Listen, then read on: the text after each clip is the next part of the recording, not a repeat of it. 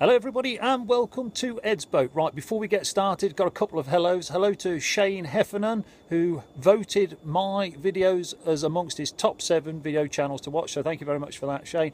And a hello to my friend's daughter Summer, who had a 12th birthday recently and watches my videos. So thank you for watching and a happy birthday. And you could well be my youngest viewer, unless you guys out there know differently, of course. Right, the weather's been cold, very, very cold. 3 degrees this morning, and don't start singing When Will I See You Again. 3 degrees this morning and very cold inside the boat, so the work outside has stopped and we've moved inside the boat. Now, not a lot has been going on because I've had other commitments, I've had appointments, I've done car shopping, it all takes time. But I'm back now, we've got inside the boat, we'll have a quick catch up on some of the work that I have done and we'll find something else to do as well.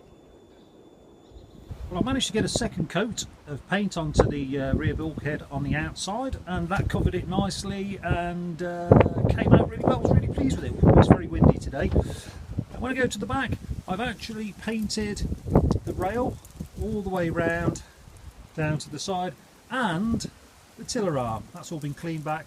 2 coats of paint on it. I need to change that wooden end because it's split, it won't stand up, it's just too far gone, so we'll change that before long. But the rest of it is looking a little bit smart around the outside, and then the weather sort of turned against me, so I had to move the work back inside.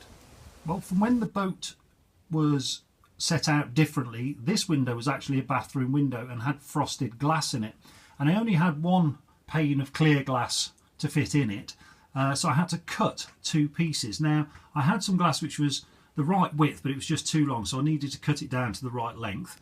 And that didn't go really well because I ended up, I don't know if you can see this on my thumb there, I ended up nearly cutting the end of my thumb off.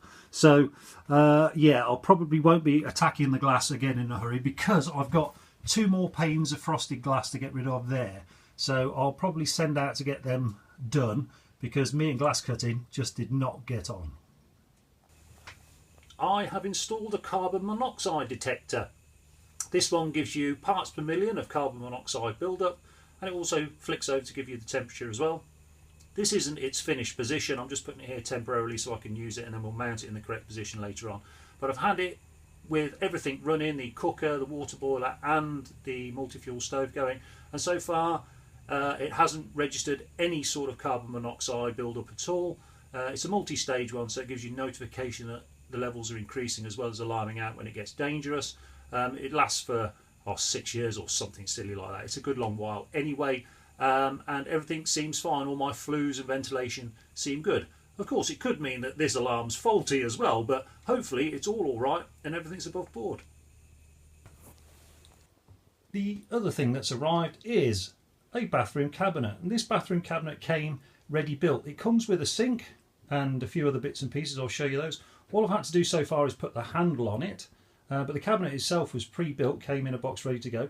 Cost me just under £60 delivered, and that came with a waste and a tap as well, so I thought that was quite good value for money. And all I have to do really is move over, and I've got to fit this tap, washers. It comes with the pipe work for the tap, a pop-up waste on it, which I thought was very, very good, because if I'm going to run a gulper pump into that outlet as well, you can pop that down and it will stop any water splashing up, and even in its up position it will still stop a lot of water splashing up.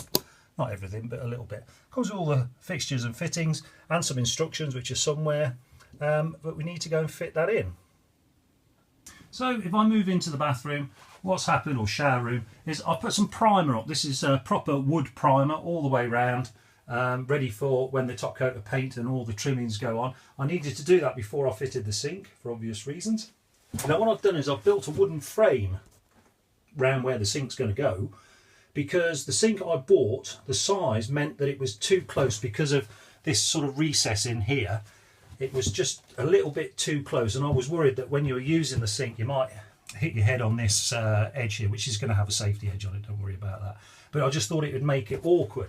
So the next size up sink was just too much, it was just sticking out too far. So I thought a good compromise would be to put a wooden packing piece around it, then mount the sink there, and that can also hide all the pipe work and make easy access and give more space for the drain and everything else.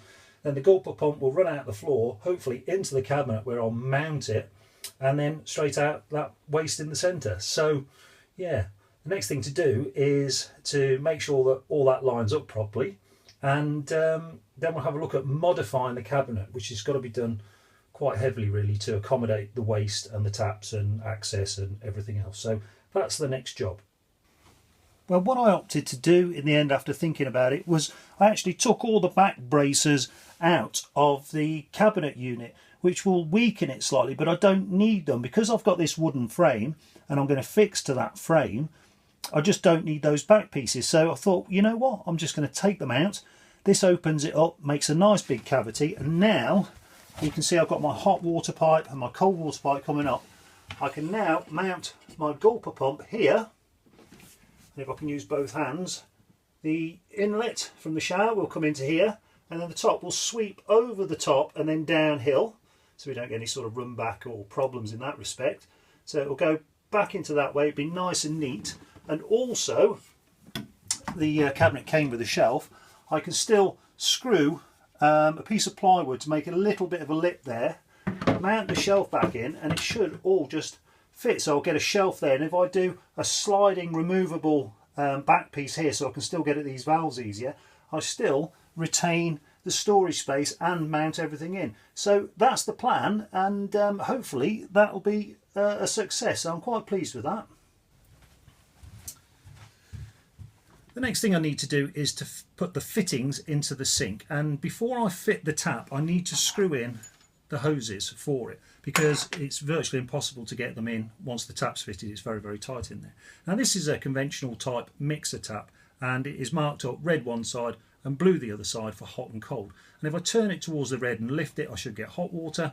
If I turn it towards the blue and lift it, I should get cold water. And in the middle should be a mixture of both, and you can adjust it slightly to suit your needs. Now the instructions aren't very, very clear about which is the red inlet and which is the blue inlet for hot and cold. So I know from previous experience that the red side is usually in line with the red hole, but if you're ever confused, a quick way to check is to turn it to one side or the other. In this case I'm turning it to the hot side, blow up one of the holes and open the tap, and you will hear the air rushing out, so you know that in that case that was the hot side. So that's just a quick pointer that if you're ever confused or get sort of lost with the instructions or whatever, you can just check it out that way. Okay, time to fit the tap. I've screwed the hoses in using a 10mm spanner, and these were sealed with O-rings, so no need to over tighten them, just nice and snug, and you don't have to put tape or sealant on or anything like that. Then I fitted the fixing studs, and in one end of them there's a little crosshead where you can put a screwdriver in. Do make sure if you're going to do this that you get them the right way around. You screw them in with the screwdriver nice and tight, and then you're virtually ready to go. I do need to fit a ring. This is a sealing ring for around the tap. It makes it look nice. It also has an O-ring on the inside, which you have to fit yourself in this case as a water seal. And I'm going to feed the hoses through that, which is a little bit fiddly, although not too bad. I'll put that down all the way there, and then we're going to feed this through the top of the basin. So let's see how well this fits.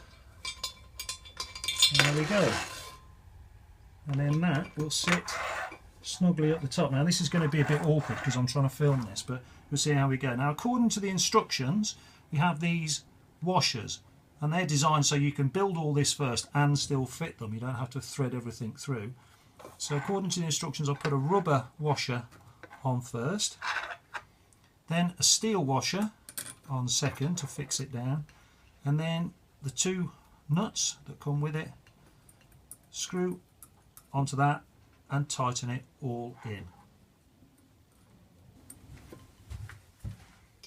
Okay, the tap is all fitted, all the pipes coming through and all tightened in securely. So now we need to put the waste in. What it's worth mentioning, again, very awkward trying to show you, is the sink overflow is actually built into this sink, and it comes out down here and drains in through these cutouts in the side of the waste. So that's quite handy, because it's a pain in the backside actually trying to put extra hoses and pipes in and having to seal them all up like you would with a kitchen sink. But this one's already got it built in, so hopefully it'll be okay. And the next thing to do is make sure that the base of this is all clean, so this rubber seal fits in okay and will fit the waist. Now, some people put sealant around this, silicone sealer. I'm not going to bother because it's all clean, tidy. It's a very soft seal. It's all new. I'm hoping it will just seal up by tightening it in. The waist side of it is very, very easy to fit. It's just a question of get your waist fitting, push it straight through. I'm going to put a rubber washer on. This is a shaped washer actually. It's flat that side and slightly curved the other side, so it changes contour against the ceramic and seals up nicely. And there's a big plastic nut that screws on and tightens it all in. And it's as simple as that. Well, that's work in the bathroom well underway, and hopefully by the next episode that sink unit will all be working and you can see the result of it. If you like what you've watched so far, why not subscribe and ring that bell for notifications and give it a big thumbs up. Apparently that helps the channel out. Right, in the meantime, there's not much else to do other than to say take care, and I'll see you soon.